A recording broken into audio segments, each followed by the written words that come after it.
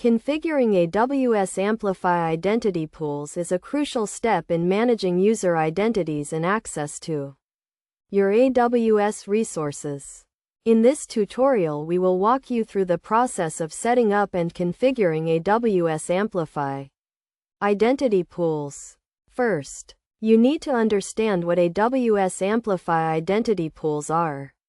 Identity pools are storage locations for user identities and their associated access tokens. They enable you to manage access to your AWS resources and provide a secure way to authenticate and authorize users. To get started, navigate to the AWS Management Console and select the AWS Amplify service. Click on the Identity Pools tab and then click on Create Identity Pool. Enter a name for your identity pool and select the authentication providers you want to use, such as Amazon Cognito User Pool, Facebook, or Google. Next, configure the authentication settings for your identity pool. You can choose to use an Amazon Cognito User Pool as the authentication provider, or you can use an external authentication provider such as Facebook or Google. If you choose to use an Amazon Cognito User Pool, you will need to create a user pool and configure the authentication settings. After configuring the authentication settings, you need to configure the access settings for your identity pool. This includes setting the IAM roles that will be used to access your AWS resources. You can choose to use an existing IAM role or create a new one.